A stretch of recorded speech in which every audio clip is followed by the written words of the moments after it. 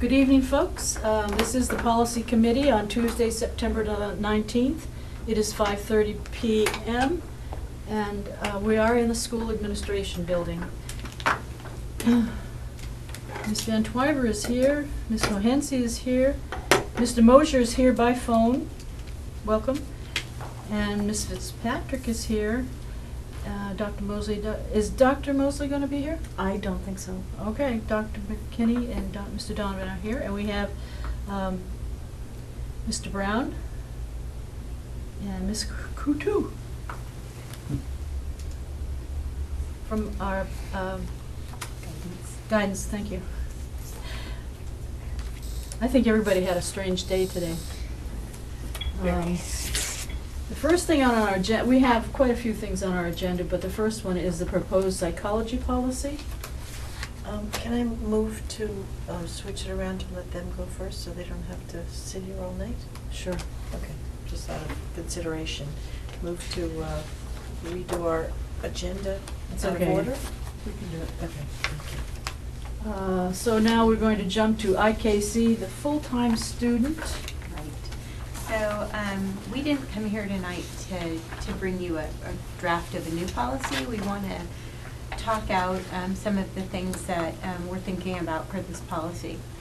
And I'll let you know that counselors are talking about this policy amongst themselves because we have so many students now taking classes through alternative means, whether they're taking them at the college level, or they're taking them through VLAX. But the college, our college course enrollment for our high school students has increased. So students don't necessarily want to be in school 4 blocks or 3 blocks. They want to maybe take a block off to take this college course, whether it might be during the day, so it's during the school time, and so they're leaving school and jumping on a bus to NCC, or they're taking it after school, but they want time to prepare for that course. So our question with this policy is that it does say students need 4 credits a semester, or 3 if they've modified, but some of our students are taking less than 3 classes because of the college course. And I wanted to know if we could rectify that, if we could reduce.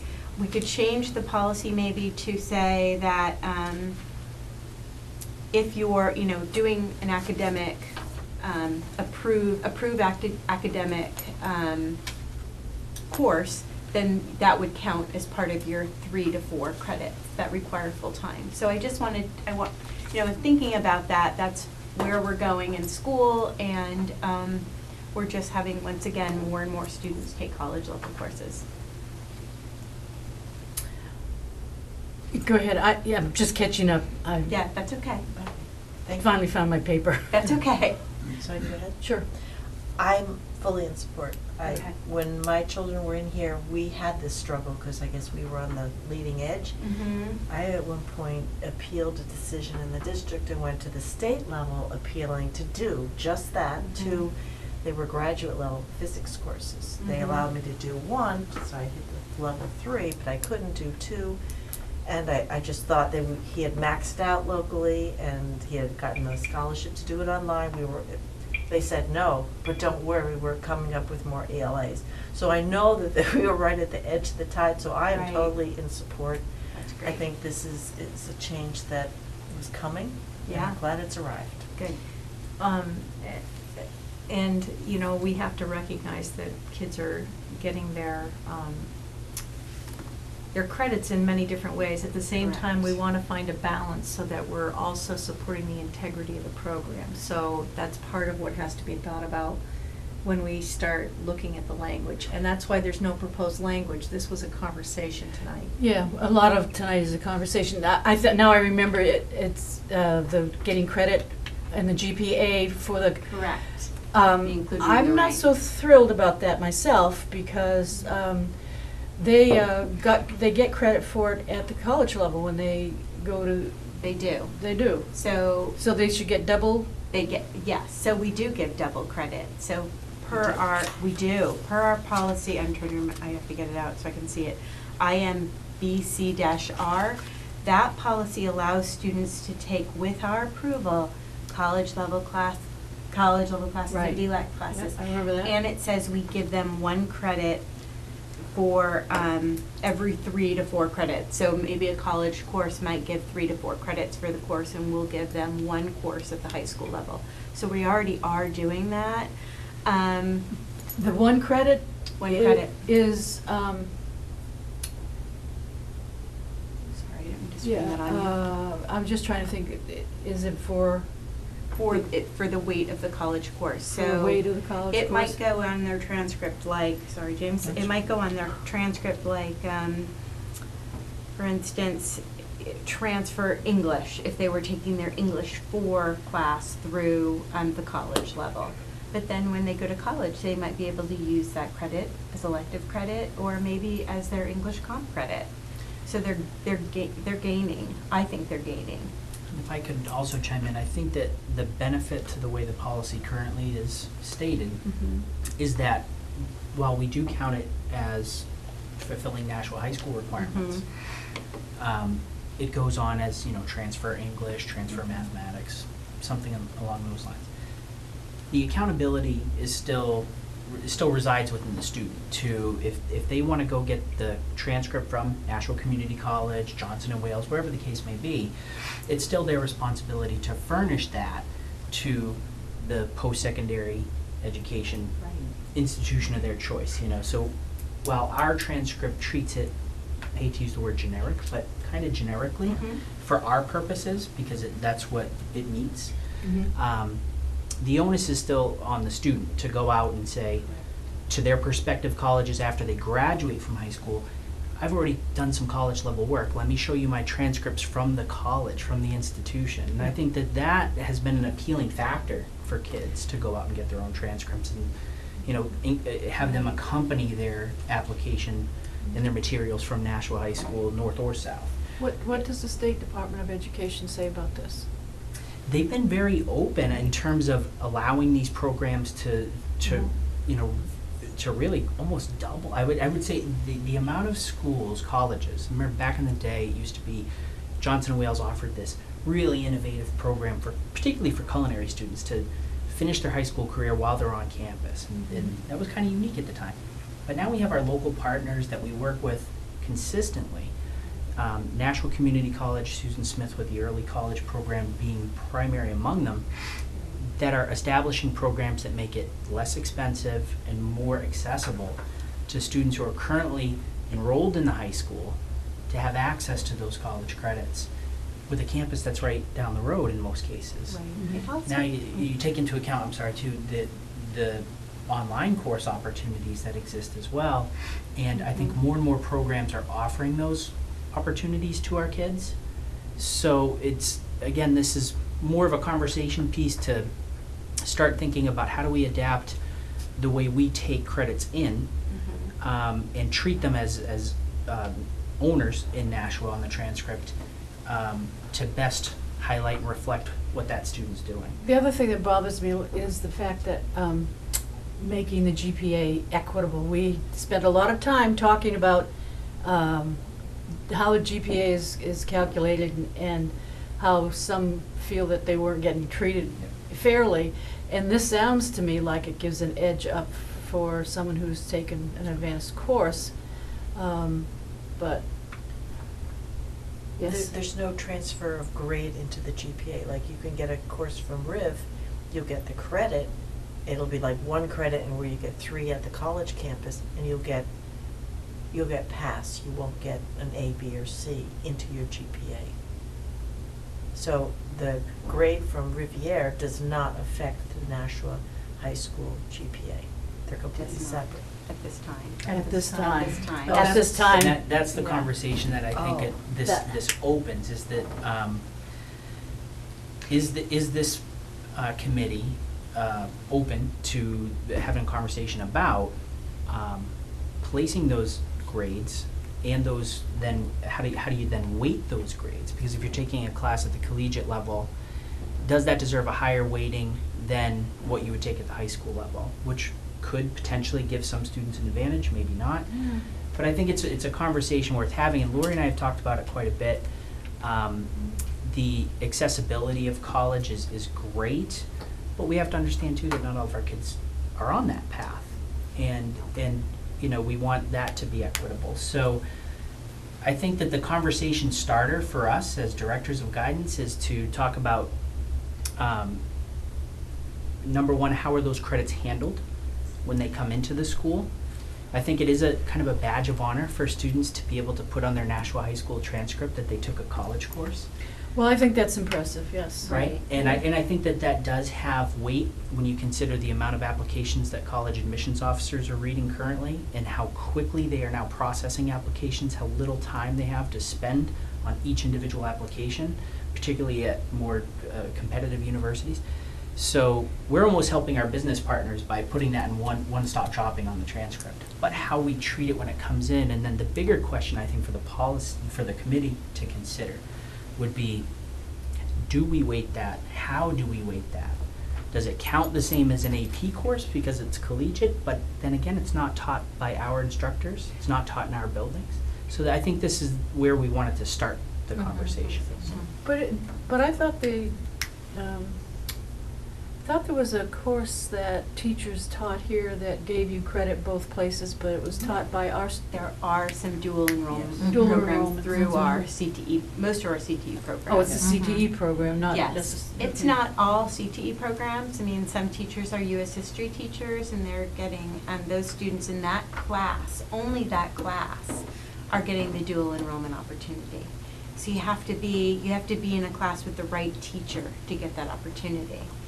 The other thing that this offers some students, not necessarily our high flyers, but our kids that need to know that they have the opportunity, that we can say, you know, you can go through early college and take a college level course and give it a try. You're not matriculating, you're just you're taking a course and giving it a try, see how you do. And that's a great opportunity for students. Not only are they're earning credit if they pass, they're saving money, and we all know that the cost of college is skyrocketing. So it's a great option for students. So if they don't pass, what happens? They don't pass. They don't get, it doesn't affect them at all? I mean, it could impact them if they you know, they submit their transcript to college. But no, it doesn't impact them. But if this course would also fulfill one of our requirements for graduation, correct? Maybe. You know, if they're taking English, yes. But if they're not, if they're taking an elective, it's not fulfilling a graduation requirement, and it may not even be fulfilling a credit they need for graduation. And would not affect their GPA at all? Right now, no. Right now, no. Yeah, okay. Yeah. So my first question would be, as you brought up that question, if you're taking a college course and you fail, it doesn't come on your transcript, you didn't bring the credit in, you don't have to send the transcript, it's invisible. But if you're gonna give credit for it, then you pretty much have to put in that C or F or whatever the low grade was, Exactly. and you can't hide from it. You can't. So it's a double-edged sword. It is. It is. And there are students who withdraw, they take a class and they think, oh, it's great, and halfway through they feel that up for their head. I've seen that with students. Right. So you'd have a W on there, so it works both ways, and I don't know how to grade it. I mean, I'm not closed-minded to that. Yeah. It's just the fervor in which we've switched to this competency grading, like everything is gonna be the same, which I honestly don't believe you can do, because we are individuals and there is a very big subjective component from even what I hear from parents, even with the uniformity of the new grading. So now you're taking something on the outside that's not competency based at all, and where do you place it? Above APs, and you know, like, or a little, you know, because it's college, Maybe at the same level. or at the same level. But now what you're doing is you're stacking the deck. And this is where we got into trouble last time, because we had people who came in for that minimum 2 years to get a GPA, and they had an inside advantage. So we changed it to 2 years for the GPA, which hasn't even hit till 2020. Right. And not that most kids game it, but there will be some And then you have to think about what are the consequences there. Because then they can for 2 years, they can make sure everything's an AP or above. I think it also, to your point, it also opens the door of how much emphasis or control do we have as a school district over the curriculum of another institution. Right, and particularly with colleges who are reluctant, rightfully, because of, they play by a different set of rules. They're not free, appropriate public education. If a school counselor calls a college and inquires about a grade or progress, they're not going to get anywhere with a registrar or a teacher at a college because they are not subject to the same rules that we are. So I think the slippery slope with this conversation, which I think it's important to have and important to start, is if you do start considering that we don't have a vetting process and we don't have a in-depth knowledge of what the curriculum being taught in those courses are, we would accept them, so the alternative is we accept them blanket policy. This is a college course, so we're going to treat it differently than a high school course, but really without knowing. We're sort of taking it at face value. So I think there's a immense value in getting into this conversation and finding out, because of the work that our business partners like NCC have been doing and the proliferation of these options for our kids. But I think we approach it cautiously with the knowledge that we are giving up control as a local district when it comes to grading. So we can control our grading procedures. We can't control that of another institution. That's a good point, because I took a course, we won't mention the school it was, but to me it was not of the quality that I would expect. I mean, I aced it, but it wasn't because I put a lot of energy into it. And that would kind of bother me too, that, well, I don't think courses today are as good as when I was in high school, You don't have the quality on some of them, I don't think, but. And really briefly, just to qualify my statement, I don't think that our kids are out to game the system or to try to, manipulate the GPA. We see kids that are trying to knock out their gen eds. They're taking their intro to stats, intro to psych at a reduced rate with great benefit. And so I don't want to put a negative slant on it. I think it's important to have the conversation. I mean, I don't understand why they would want an extra credit for it. And, get another point if they're not really looking to improve their GPA. I mean, what difference would it make? They're going to get credit for it when they go to college, if the college wants to give them credit, depending. But it's another one of those. But I do think that the policy has to reflect the current educational environment. Right. And that's, I think, what we want the conversation to be about, is how the policy reflects what currently is happening with students in education, as opposed to, the four. It's like, to use a common phrase, cheeks and seats is not really the philosophy we want to work under. We want to work under what are kids doing now to get their education and to gain their high school diploma, and how can we address that in a meaningful way that we also have control over. What was that phrase you used? I never heard it before. I'm not sure. We're I've heard televised. Butts on seats. Yeah. Butt time. Cheeks in seats. Oh, Same thing. that's It's a little Mr. bit less. That's Dr. Murataki's seat time. Yes. So I think that we need to make sure that the policies that we have are reflective of our current educational environment, and that a policy that says if they don't take 4 courses and they're not here for 4 periods a day, then they're not a student. That's not true. And I just think that this is an important conversation, and frankly, these two folks know a lot more about the entire process than I do. I'm speaking with them on their behalf, but I think that they're in this area, they're the experts. But I also think we have to think about keeping the quality up. I Because agree. My father's education was a lot better than mine. to be honest with you, 12th grade, you know? Mhm. And it seems like every generation, we're dumbing down for some, and then, you know, those who are very good, you know, they do excel. But the quality of education, I think, needs to be kept in mind too. Yes. I think there's a vast difference between a community college, a state university, and, Harvard. yeah. And we do have students taking classes at the Harvard Extension. Do they? So yes, many. And they have a lot of So- Stanford University programs. That's, Right. there's a lot of online programs. So there's plenty, and we can look at the quality if we're looking at the course description. I mean, we can be reviewing that. We can have our head teachers review it, just like they reviewed, you know, our VLAX curriculum in the past.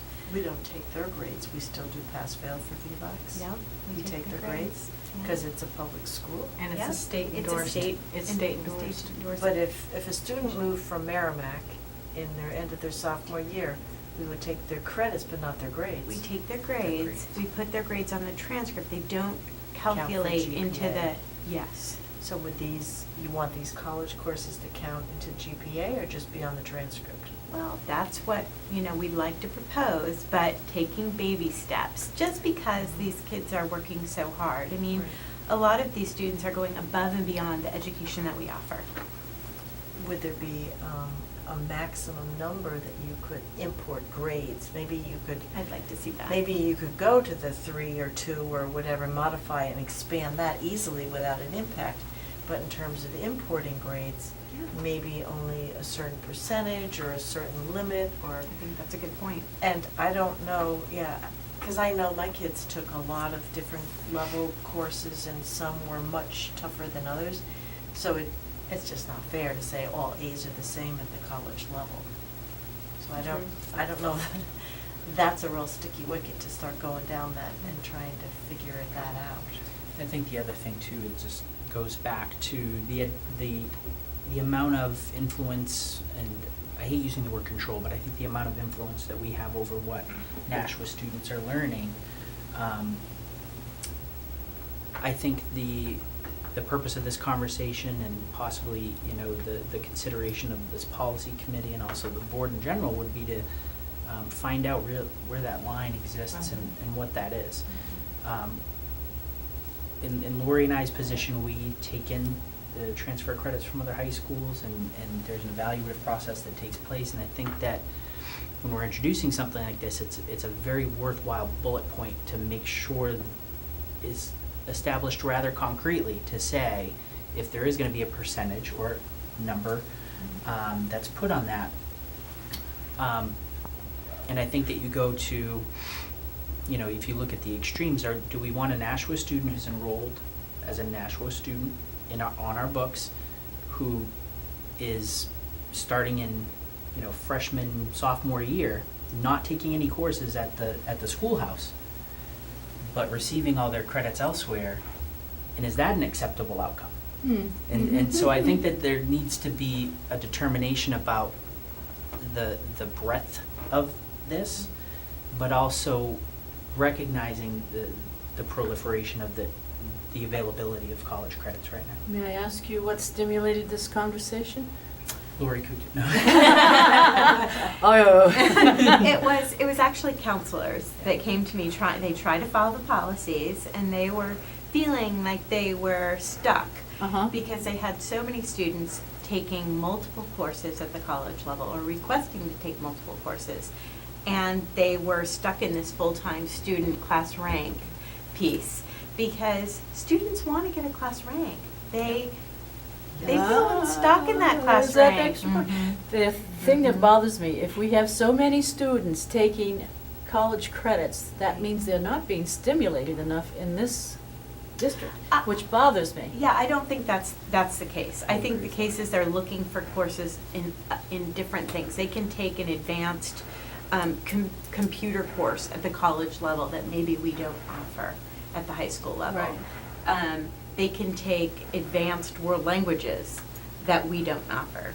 So a lot of times these students looking at college level classes are extending their curriculum, not saying, oh, I'm going to take this class instead of taking it at Nashua South. I think the other part too, just to add to Lori's comments, is that we're also we're the public option. right? So we don't have the marketing dollars, we don't have the campaigns or the representatives visiting the schools offering these shiny pamphlets on these options. So I think that, I think that when kids are presented with these options and they recognize the benefits, you're gonna have that group of the population that's gonna take that up and run after it. And it's the same group that does it at our school, within our AP courses and our honors courses. And I think the important thing is when we have conversations like this, that we don't minimize those students who are pursuing options other than post-secondary education. You know, they're looking at employment or the military or and things. So I do believe in the equity that needs to take place there. But I do think that, to Lori's point, rank is, it's something. It was something when I graduated from Nashua High. When you were the upper quarter, it was a big deal, and it, you know, it was something. We've had a big discussion in this committee about that. Can I get in on this? Oh, sure. I'm sorry, I forgot about you, Mr. Mosher. That's okay, I understand. But, you know, I'm listening to this, and it's very interesting, the different way that you posit the ideas. And I have been overthought that, you know, if somebody is stimulated enough to go and to take a college level course, that you know, they could be given a pat on the back and and that a boy. And but I also understand some of the ramifications as to the grading and some of the other things that have been discussed. And it has, I've adjusted my opinion that the students who can go into this and do well with it by being a dual student, I think that he should be entitled to something a little extra for his attitude and the adjustment that he has to make to his life, as well as to his study patterns. Now,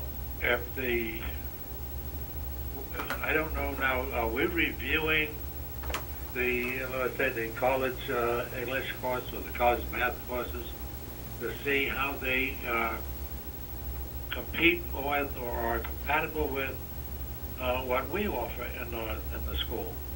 Because it was mentioned that you know, some of the people may like to say, well, I'm going to take a college course because this is going to give me a jump on a particular position I'm looking for later on, or this is going to augment my high school ranking or my grade level, my GPA. And I think that you know, we're getting into an area with a lot of questions that still have to be thought about, and to make some definite strides there, so that if somebody is going to take the advanced course, why are they going to take that course? How is that course compatible with what we're teaching? And what does he expect to get out of it as a way of reward for the hard work? And is this a course that's going to be easily assimilated and passed by the students? Now, you mentioned other things, the computer science.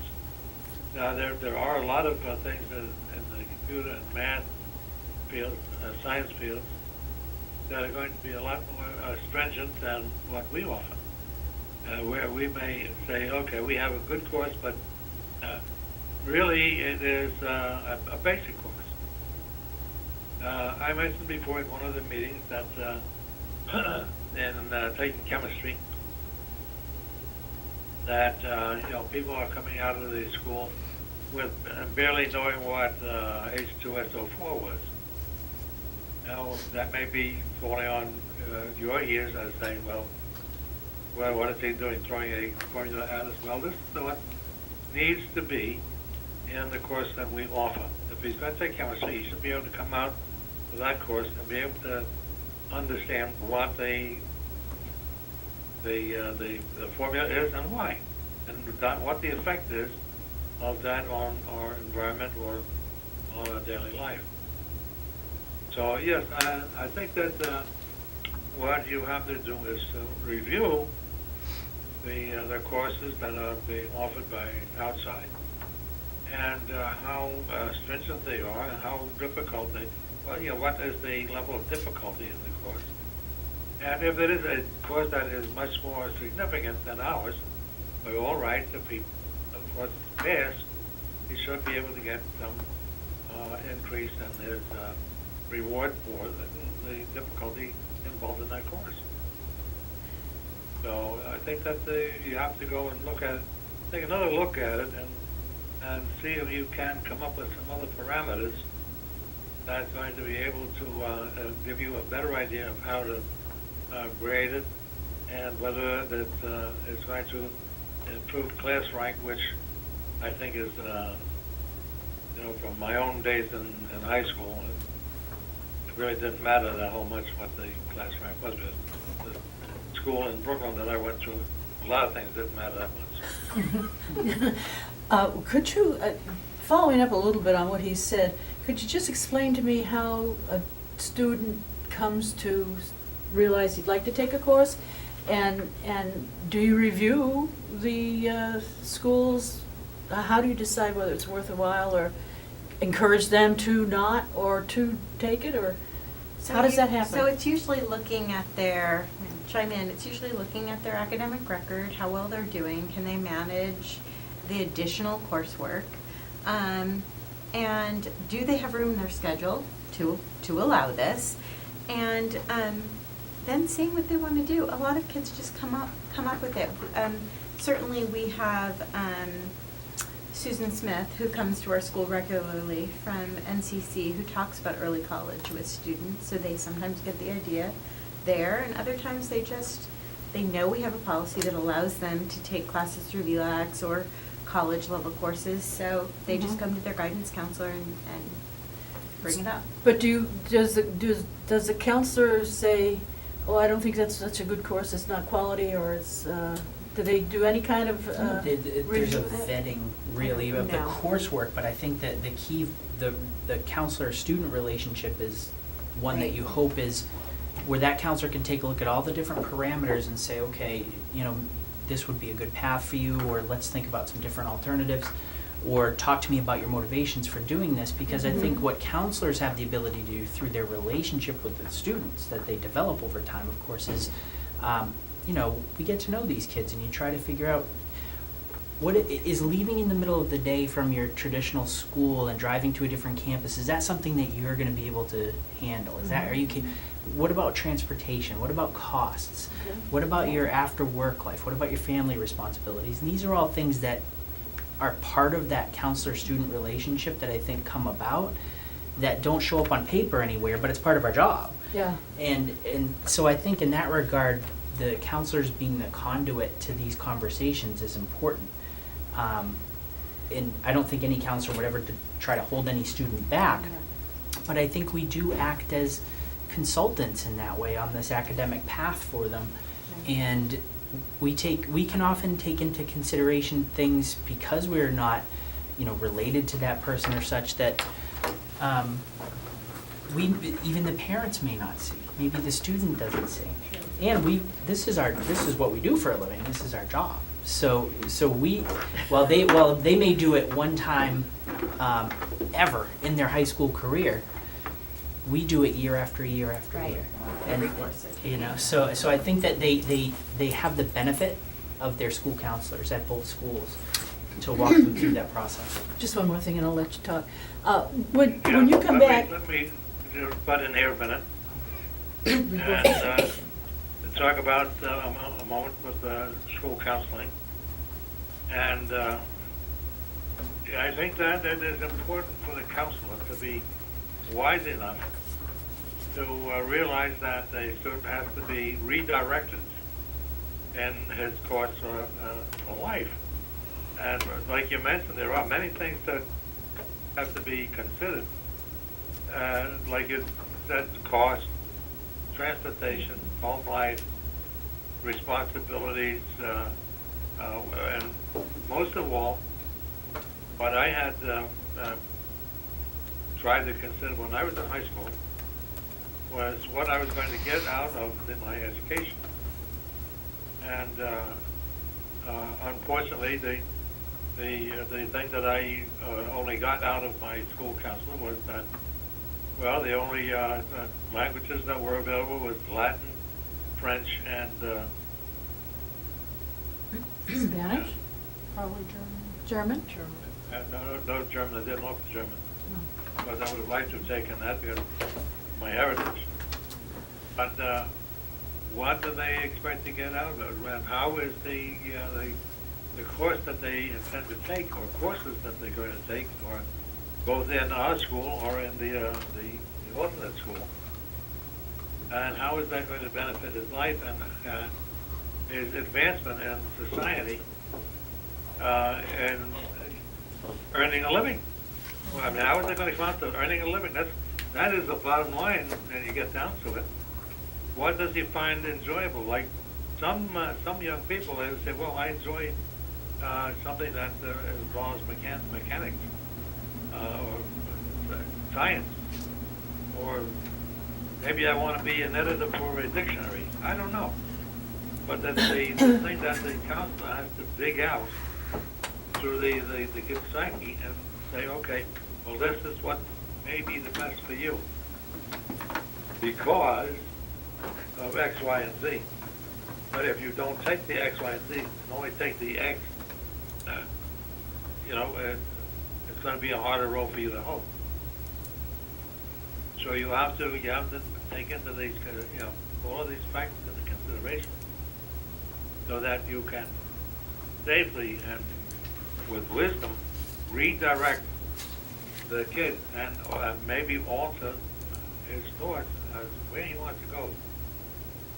And maybe what the course that he wants to take in the college is not going to help him, but it's only going to be fluff that looks good on the resume.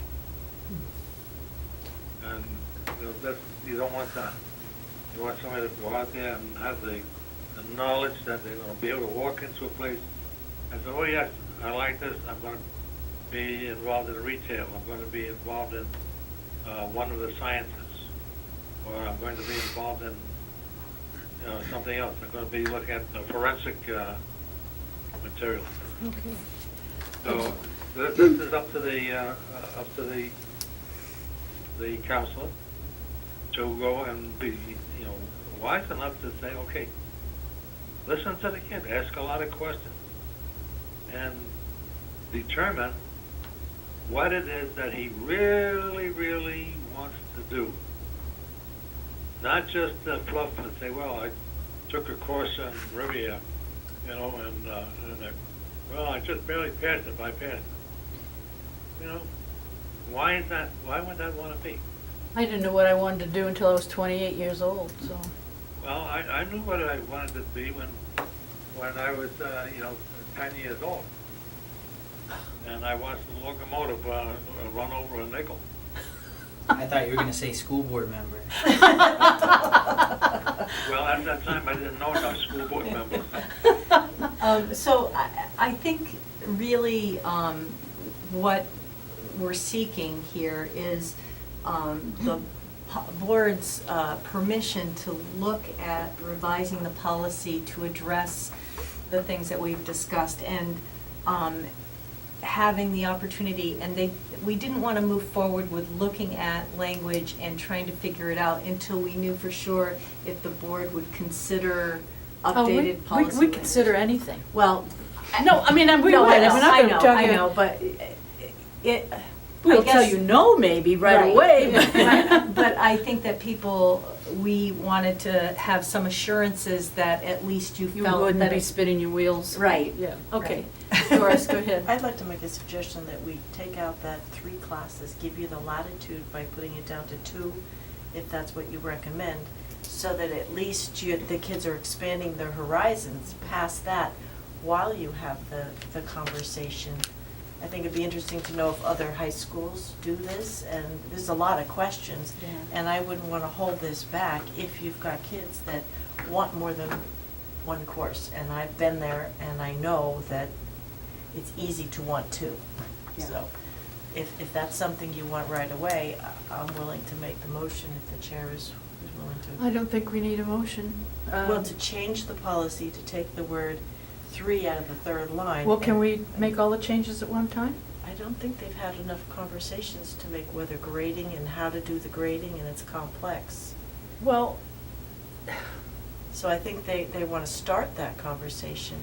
So do we wait till they do that? yes, I believe we Or- wait and make changes all at the same time. And also IMBC, what was the other?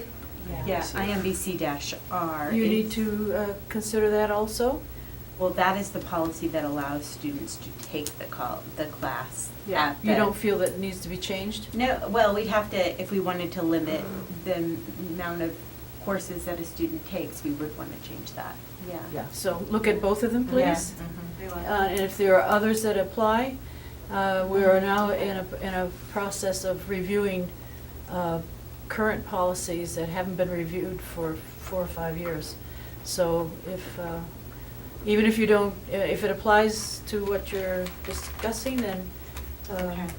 review it, please, and if you have changes, we'll Sure. make it. If we don't have changes, we'll just say it was reviewed. It was reviewed. Yeah. Is it easy for you to get a number of students that are taking courses at other quick, and Yeah. the subject matter?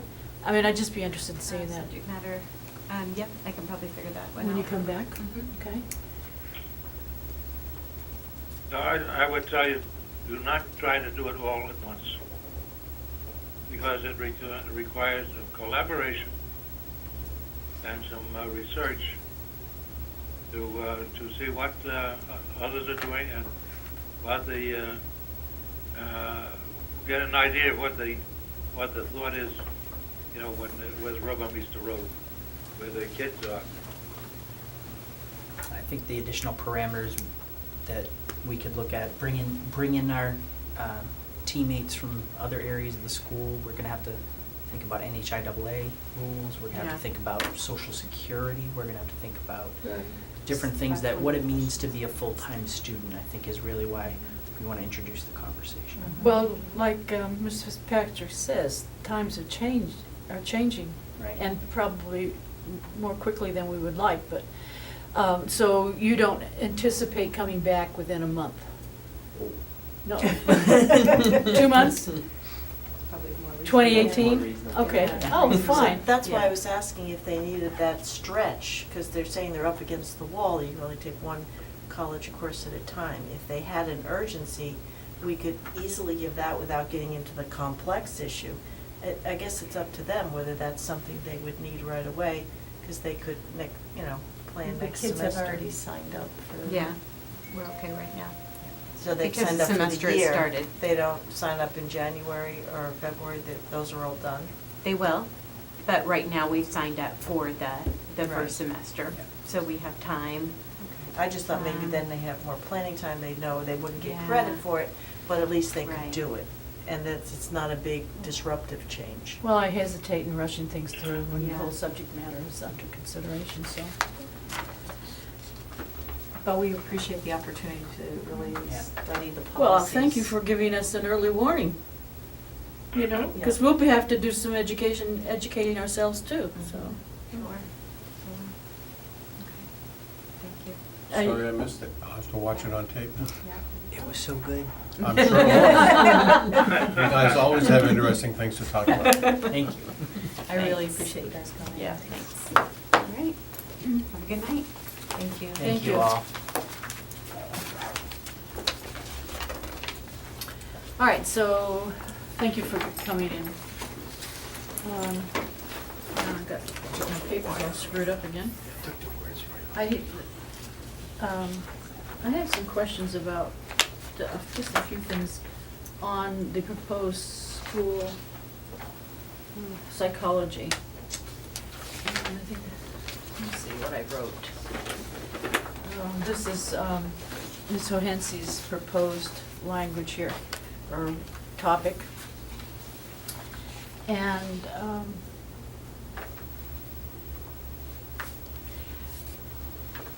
On the first page, it says, school psychologists will develop a support team that will work collaboratively with students too. And I have a question about all students or just special ed students? All students. All students? Well, there's no limiter.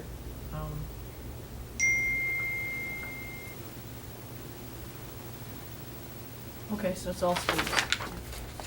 On the third page,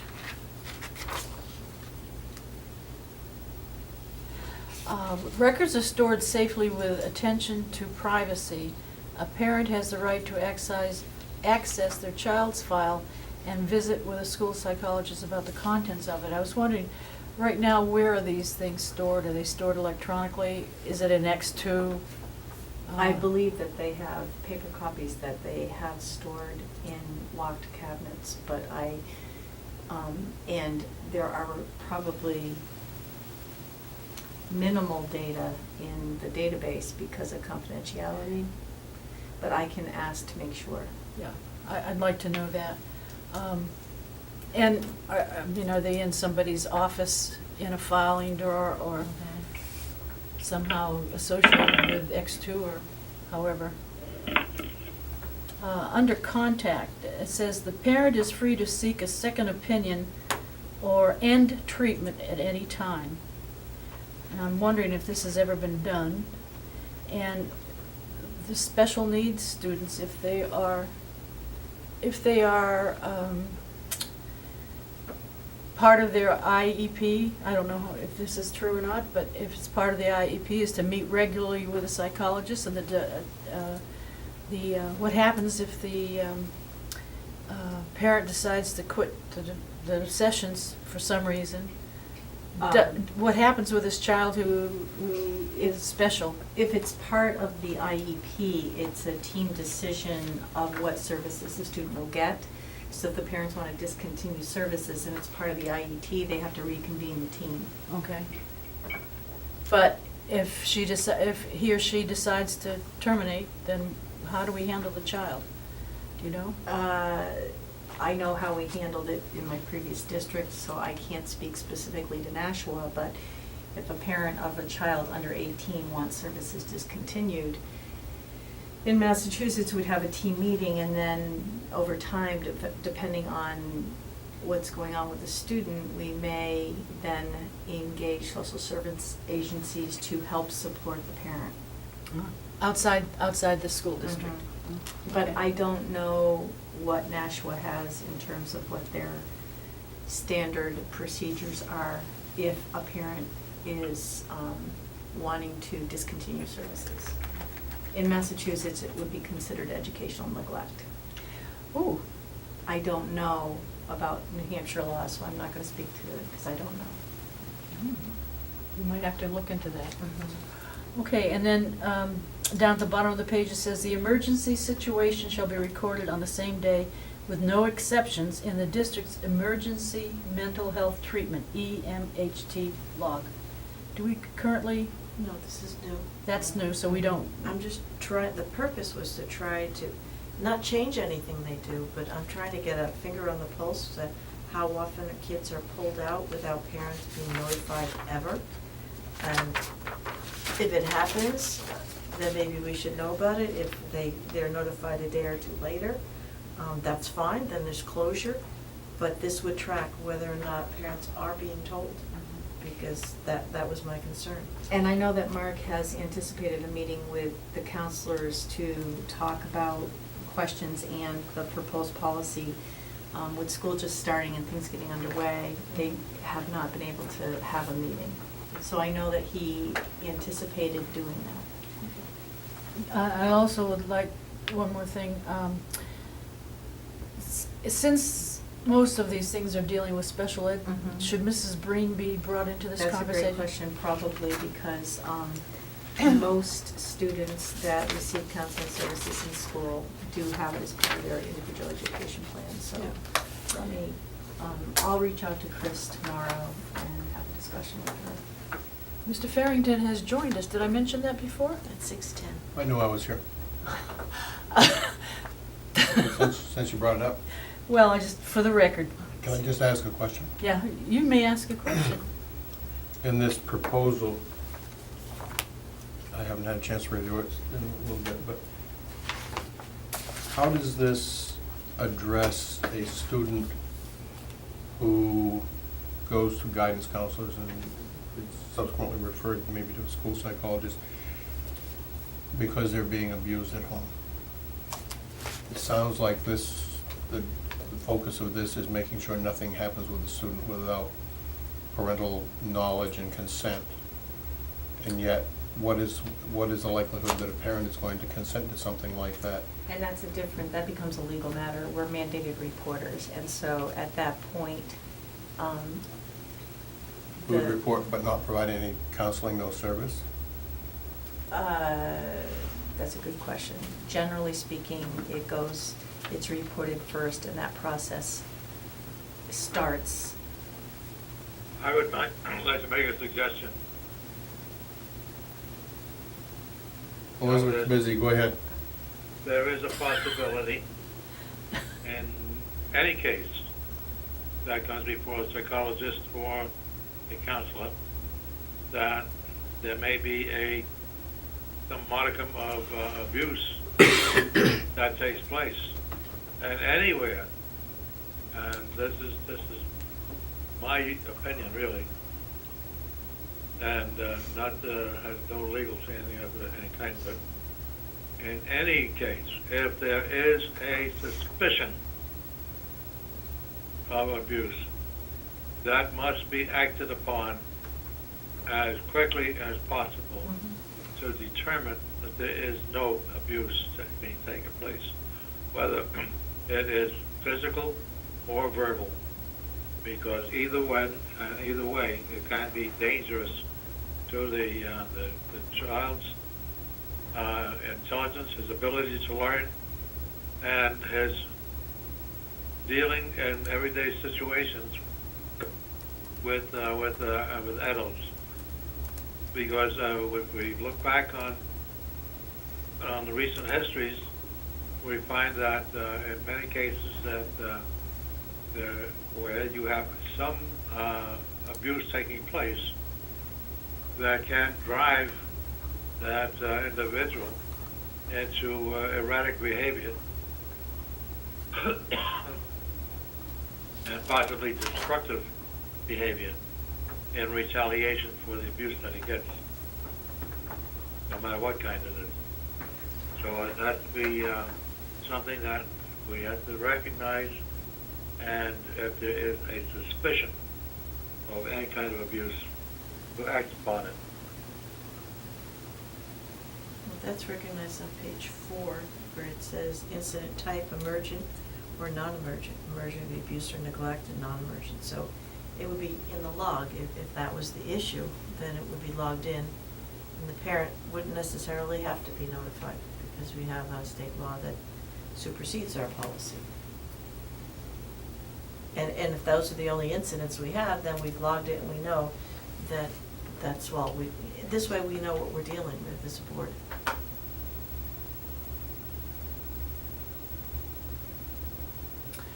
Okay, any other comments or questions about this? And do you think he'll be, Dr. LeCare will be here next month? Yeah, and I'll talk with him to make sure that we do have a in-service day tomorrow, and I believe the counselors are getting together, but I'm not sure, but I'll check in with him and make sure that he's able to meet with folks. Maybe suggest Mrs. Breen Mhm. meet with them too? Mhm. And you, will you Well, meet with them? Actually, I'm going to be at the middle school study sync because the district spent a great deal of money on this program, and I want to learn more about it, but also foster implementation by being present. Okay. I won't be able to attend the next policy meeting, so you might want to delay it, I don't know.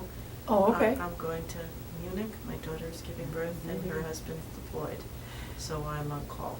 Okay. And I will So, listen. so you want us to just automatically put it on, I think what's if you this delayed it month, till I October? get back, it would. I would November. appreciate- November, so we'll put it on the November. I would appreciate that, because I Okay. think there'd be some unanswered questions otherwise.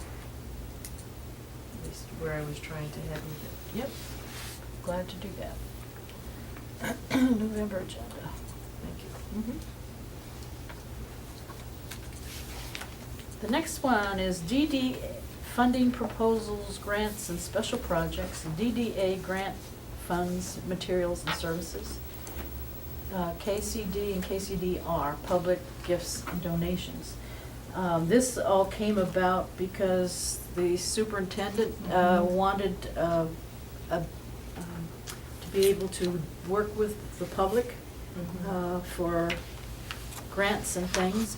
And he wanted to put it in FF policy, which I didn't feel was the right place to do it, but he says, in addition, the board recognizes the superintendent's need to work with outside community and/or business organizations to secure donations and work with that organization and/or businesses to reach an agreement on recognition to that organization, company, keeping the best interest of the school district and the students of the district in forefront of those discussions. And that is one big long wrong sentence, but I think that, policies I is- think that this was what was originally suggested in FF. In FF. And Elizabeth, we had at our last policy meeting said that Okay. it probably was not the appropriate placement. And so she had brought forward the different places where it might possibly fit better. And I think part of our discussion tonight is about where we think it best fits. And then there's some obvious wordsmithing that needs to happen, but it yeah. was more an urgency about sending it forward so we could, Right. If you read the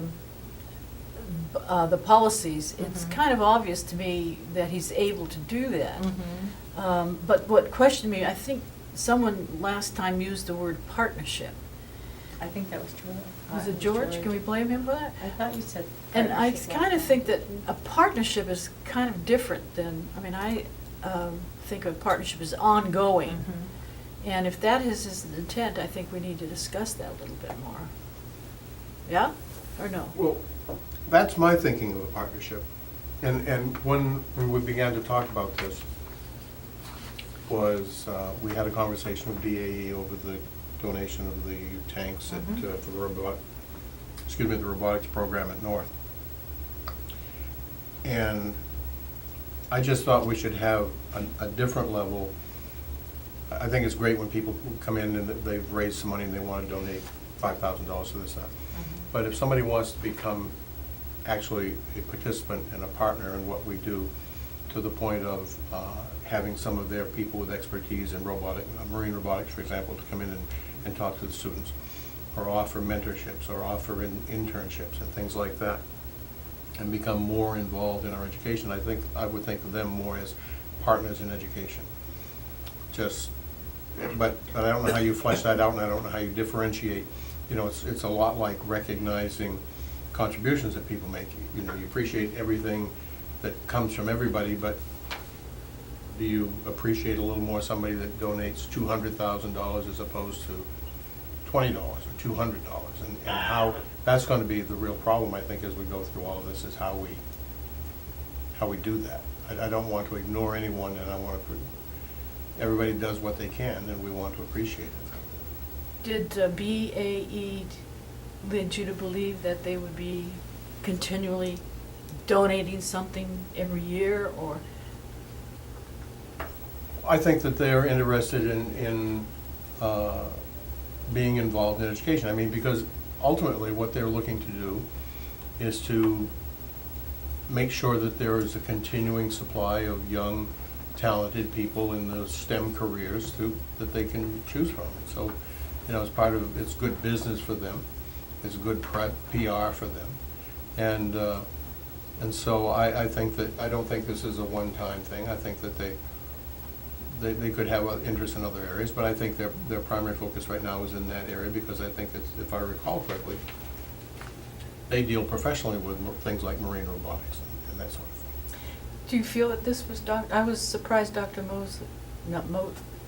Dr. Mosley, yeah. That's okay, because I know I'm gonna Mr. say Mosier is Mr. on the Mosier. phone, yeah. That was his intent, as a partnership, is that what he was thinking of doing? I think it was more the ability to, so for example, if you look at KCD, it says anything larger than $5,000 must go through the board. Yep. And so I think that he was thinking that in a situation where he was dealing with an outside organization or business in the community, that he would have a little bit of ability to accept gifts and donations over $5,000, with the board realizing that he isn't going to make the proverbial deal with the devil, that he's going to be doing it in the best interest of the district. Well, I don't think there's anything in our policy that would preclude him from doing that. It's just that he needs to bring it to the board Mhm. for approval. Mhm. And the other thing that kind of bothered me was that, board has to be the one that, if they want to name a building, although Mhm. we don't have any more buildings, I don't guess, then that has to come to the board. Mhm. And I don't think the board will, we could bring it up with them, but I don't think they're willing to relinquish that. Okay. And I don't think it was about naming buildings, I really don't, which No. is why, when you Yeah. said it didn't belong in the naming policy, I agree. Because it's not really about naming buildings. No. It's just, I'm gonna step in here again, oh, good. and I tell you the truth, if I had the money, and I could, make a considerable donation to something like the school district, and let's just put it this way: if I all of a sudden found that I had won $500 million through the Powerball, and I want to make a sizable donation, and if they wanted to name a portion of a building after me, a classroom, because I was interested in the education and reading and math and science, then have a lab named after me because of I would refit the entire laboratory up. That would be one thing. That'd be wonderful.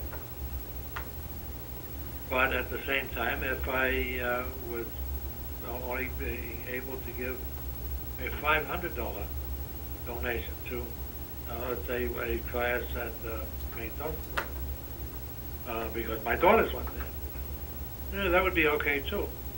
The thing that I'm interested in is that when we have somebody who makes a donation, no matter how large or small, that it is mentioned in the board meeting that Maine Dunstable has received a $500 donation to be used any way they want. And not expecting anything back from myself, it would be up to the board to examine the donation and see that it met the priorities of the school, the class, or the district. And if it was not something that was acceptable to them because of some characteristics and supported the tobacco or something else, then they could be able to deny it. And to set limits, arbitrary limits on something, I find that objectionable. I think that it's a good idea that if somebody was going to make a large donation to the district, to be used any way that they want to reduce their indebtedness or whatever. Yes, to be run before the superintendent, so that he can acknowledge the gift in whatever way is proper, and at the same time put it before the board to say, hey, look, guys, the people at XYZ Plywood has made this exceptionally large donation, and I find that it is proper to use for the district, not putting a limit on it as to a school or a room. So if you're going to use it for that, that's okay, but this has to be run by to see that it is meeting the goals and objectives of the district or the class or the school, and it can be accepted as such. And we can say in board meetings, say thank you to XYZ plastics for the generous donation. Period. Just the same as we have done in the past. And why we would need such an exceptionally worded and heavily worded policy on that, that requires, 16 different levels of acceptance, I find that objectionable. Not necessary. And we can make it much more simple. So, there you have it. Do you remember, either one of you, any of the three of you, remember what we did when they came in and did the observatory seats, Did we give them Yes, absolutely. but did we give them a plaque or anything? No, what we got on that was, was a little tit for tat, because they were going to do this and we were going to get that. Yeah. It was a partnership of sorts in that, you're talking about the, over at South, Yeah. the planetarium thing. That's, If I recall, that's right, the George. Excuse me, the arrangement- planetarium, it's not If I recall, the arrangement was such that they were going to donate the equipment and all, and then we were going to work with them to a certain extent on developing curriculum, or consulting with them on developing curriculum related to some of those things. That is correct. That's another thing that I wanted to bring out, is that as far as partnerships are concerned, is that partnerships, there are all levels of partnerships. And it does not necessarily mean that we're going to make a partner out of the XYZ Corporation. But it means that we can be a partner in a small scale or in a larger scale, depending on the what the partnership is going to include. Just briefly, partnerships, I'm old and my mind wanders a lot. But it's not hard for me to envision a time when we would have a district, and wherever we end up with our administration building, outside of the administration, we might have a large sign that identified partners that we have in education. I mean, I don't want to get into this, it takes a community and all that kind of stuff, but I think that we should recognize the people that are within our community who are involved and want to help us provide students with a better education. And I think it's just, for me, it's a question of how do we recognize that? How do we acknowledge it? I mean, there's ribbon cuttings. I attended ribbon cutting the other day over at South for the credit union. And I think has promised for being a good relationship, a good partnership for the district. Right. And those sorts of things, I think that we should at least have a conversation about whether, if we want to go beyond just the fact that if you go into the school, you know that, but if they were to expand into North in another year or so, and we had that, then maybe we would want to expand our acknowledgement to some sort of a permanent kind of sign or something that said BAE is a partner in education. Struggling with the name of that credit union. Jean D'Arc. Jean d'Arc. John D'Arc, yeah. And acknowledge that. I mean, it's kind of, I think it's better form to do that than just sit here and taking in money and saying thank you and pressing on. If I can just expand, in the area partnership, one of the things that came out of that was the lady who was there as a representative. They have people who go into the schools, K through 12, and will come into your economics class or whatever class may be relevant, some sort of social studies class at the elementary school, and talk about money and things like that that are relevant to the particular age grade. So again, it's a partnership. It brings something more to the offerings for the students here. That's exactly what I was getting at, George, was that the partnerships can be either larger partnerships or smaller ones. Right. And it all depends on the what is offered. I have a little bit of trouble thinking about big signs that says BAE is a partner with us sitting out in front of North. Because to me, that sounds like we're looking for advertising for more people to, give us stuff.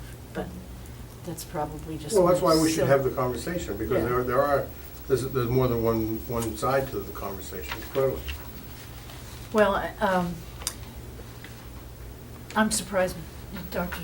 Mosley wasn't here but tonight. But, yeah, maybe next time you can come and talk. So, the other part of this, I don't feel that these policies right now preclude him from doing that. The only thing that from going out and, you know, talking with organizations and everything, I think that this policy, in my estimation, allows him to do that. The part that kind of bothers me is that, where is this says? Are you talking about KCD right now? Yeah, Okay. yeah. Well, either one, whichever. But he sounded to me like he wanted to be the one to decide what the recognition was. And to deal with, you know, say, this is how we're gonna recognize you, maybe part of the deal, you know?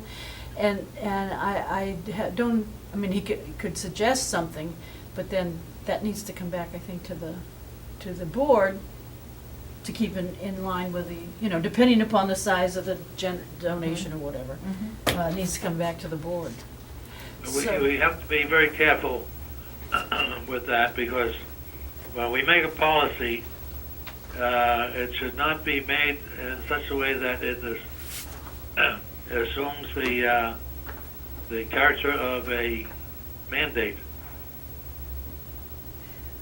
Well, I'm not sure that that's what he was trying to do. I think it's just the way it was written that led me to, you know, that's how I read it. So I personally don't see any need to change the policies, but we'll go back and talk to him? Yes, And, yes, I can do that. Yep. And I'll get clarification in terms of partnership versus donation and sort of where he is coming from with this. Yeah, just, and the other I thing can that do that. we're doing tonight is to make you aware of all the policies that Mhm. apply, because I can't expect anybody new to the district to know them all. Right. So the other thing that we're doing tonight on these policies, and I hope that you've all read them, is reviewing them for whether they need to be changed or not. And if they are not, then we need to make a statement on here that we reviewed it, and then we take it to the board and have them approve reapprove it. Yeah, so it's been reviewed but not changed, and then the board approves it, and then the date is updated for the last time the policy was looked at. Yeah, so. Right, all you have to do is put on the legal notice in the back Yeah. that it has been reviewed. Do you remember doing that with Mr. Vaughn? Yes. Oh, okay, because I sent an email to Tara, because I think she was the only one that knows anything about it. And she did say that there have been some that were reviewed with no changes. Yeah, So. all it needs is to be noted that it has been reviewed, the date, and its approval. So this is reviewed by the committee, it doesn't go to the full board? It will go to the full board. Then what do? Just look at it and say, Well, they'll have an opportunity to review it. They'll get a copy of this in their packet, and then if they feel there doesn't need to be any more changes either, then it will be approved as reapproved. but I thought we were waiting for Dr. Mosley to give us his input and do it all at once. Well, I'm just confused, I'm just trying to understand. well, Each one has to be reviewed and approved. yeah. I think Ms. Rentoy was just talking about in general as the review process, not necessarily Okay. any one of these particular. But these four will wait till we get more feedback from Dr. Mosley before we put it I to don't the think full they board. need to. So we're So done with the- this discussion? I think you just instructed her to do something, and then we're gonna push him to the board without getting that feedback first. Well, I thought we that can you- always bring up the policy again. Oh, that's what I was trying to do last time with IKC. Okay. No problem. Yes, sir? If I could, I think it would be helpful if Dr. Mosley could participate in the conversation, because he and I talked about it after we met with the BAE people, but we've never had a complete conversation around it, and I think that with more people that can participate and ask questions and bounce ideas around. I think it would be helpful to do that so it is at a complete review by So you the want to hold all of administration. them? I think, well, I was just talking about that one, but whatever. We'll hold all of them. And then I just want to say, as far as the process goes, to do the review and then the reapproval does also comply with the expectation of the state about how often you review policies. So, Right. okay, so that's the other piece that is Okay. separate from the naming piece. I hope that made sense. It's been a long day. Yep, it has been.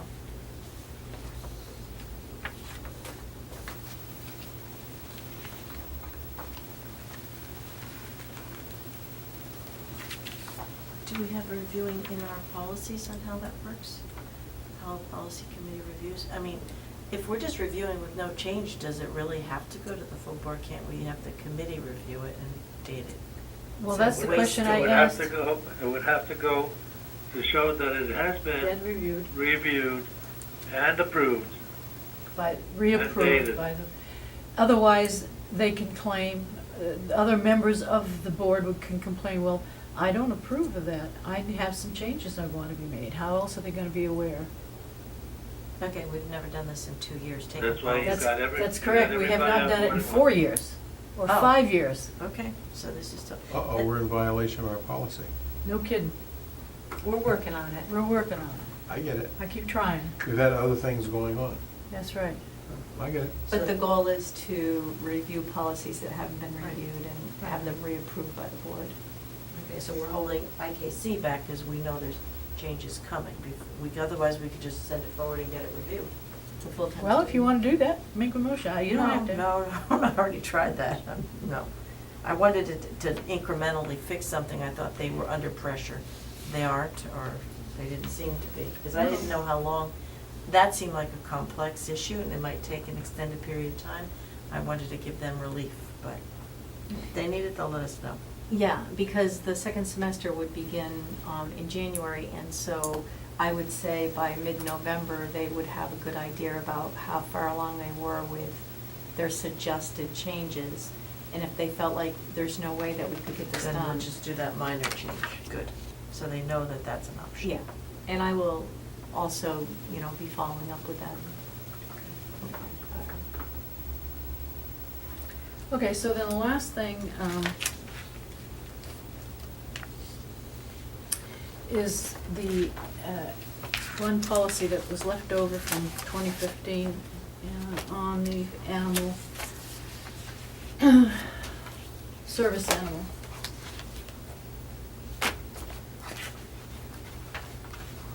And to be honest, yeah, My thought on that, I think that having that policy is good, but the one that we have before us now is a little bit over wordy and tends to be a bit too restrictive. So I would advise that it be gone over and some minor changes made to it, which I can't relate to at this moment. there's only 4 pages. Yeah, I know, but it's got 4 pages of words that we don't really need that many. Okay, this is all from chapters 167-D from the state statutes, service animals and search and rescue dogs. Unfortunately, the information that I got from the School Board Association did not have any data on this and what needs to be changed. So I printed off the statutes and actually did not have enough time to go through them to see where we need to make the changes. Right. As far as the statutes are concerned, having dealt with the federal regulations over the course of my lifetime, I find that we cannot change them, but we can adjust the wording to our own circumstances, as long as the object of the policy is not changed. Yeah, well, the School Board Association in the file that I got from them did not have any recommended changes or, policy that That's right, shows, because they don't showed like- where the changes were for that year. So you have to go through the policy completely, Well, I think that'd be a good idea, take it, little by little. Yeah. And we can condense it a little bit, keep the intent of the policy, and make it easier for everybody to understand in the meantime. 'Cause, you get too many things that come down to the Code of Federal Regulations, or whatever you want to call it, and it becomes too heavy and wordy and too open to confusion. And I find this to be so with some of the federal regulations that I've had to deal with regarding safety inspections. Do we have any student with a service animal? Not that I'm aware of at this time. Do we have any teachers? Not that I'm aware of at this time. Okay. So, I did find one problem in here on page 5.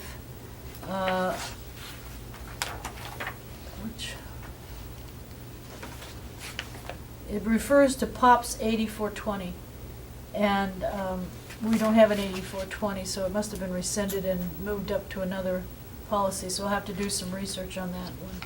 Yeah, that could be something that's been stuck in there by California, who knows? 6512 is the policy, which is service animals. We should also put a reference to the state statute at the bottom, legal reference. Right. That would help. Yeah, we always do. We did. Doris. Oh, we don't have one now. Excuse me? There's none mentioned in here now, currently. Well, the last time this was updated was July 06. 16th of '06. Mhm. And we're dealing with a change that was put in 15. The whole chapter, or just a little change? This is probably based on that statute that was just tweaked. Or is that whole statute that you mentioned, 167D, a whole new? That is the state legislature's statute, okay? Can we put that in if we're gonna discuss this next time? Yes, dear, we will. Because I didn't know where this was coming from. I had no proposals. It wasn't easy to figure out which way the committee was going. There was Once again, nothing. we are reviewing these things. Thank you. But if Yep. you knew which statute it was, then perhaps we could include that in our packet. That's all my recommendation is. I will do that for you, Doris. I thought you were pretty up to date on the statute, so. I didn't go searching. Thank you. Thank We you. will take that up next time. And the only other thing is, an obvious change is changing it from 6512. Yeah, we have to put a new alpha Yeah. on it. So that's sort of an obvious. I didn't actually think we'd get this far, so. Yeah. So we have nothing to go forward to the board this time. Just as well. Yeah. Move on hold. Are we going to put some of Mr. Kaufman's policies? Gee, you've read my mind. Okay, good. That'll be nice. Oh, this is the Oops. handout for now. Would you pass it down to George, please? Okay. Airplane. This is our new backlog. Oh, The first two things, the foreign exchange students needs to be done Okay. shortly. And human resources, those came to me before any of Mr. Kaufman's stuff. And the rest of those are what he has recommended. The N means it's a new policy. okay. And he did send a file, I could not open it up, it was zipped file, but I'll get it open somehow, to look at them. And so these are the next things that would be on the agenda. So we have naming, that'll come up next time. Where's my list? The Take care of it? psychology- Oh, no. Oh, the that's psychology another- will be- That's right. in November, so this is October, will be the naming one, and then November is Ms. Hensey's psychology. And service animal will be in October. So those are the two that are left to be done from this list today. So after that, I'm suggesting that we'll do JFABB, foreign exchange student, and its associated procedure file.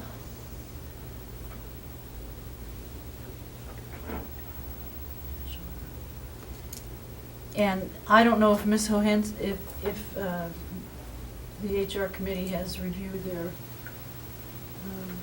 policy yet or not.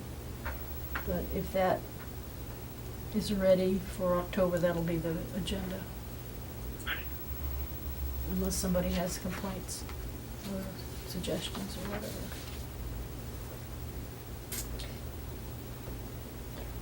Do we want to put one or two extras just in case we have extra time like we do today, just in case we spill over? Which one do you suggest? I don't know, just put one or two of, so we have 5 or 6 in there at once, and if they spill over, they spill over, but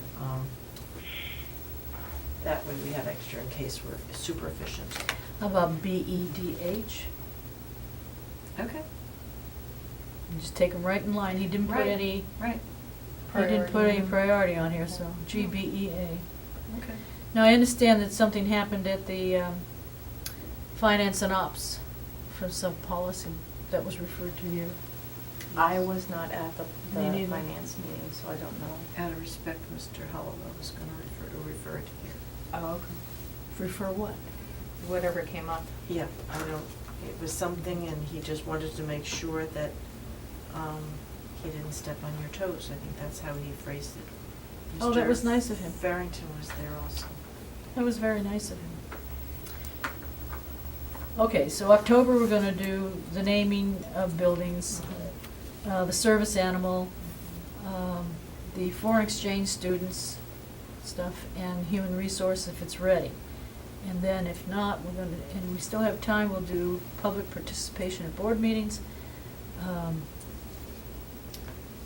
is it, and professional ethics, those,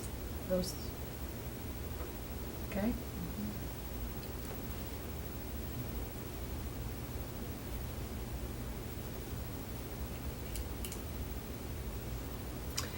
Is there anything else that needs to come before this committee tonight? I think that you covered it very well. Oh, thank you. I move to adjourn then. I'll second that. All in favor? Aye. All opposed? We're adjourned at 7?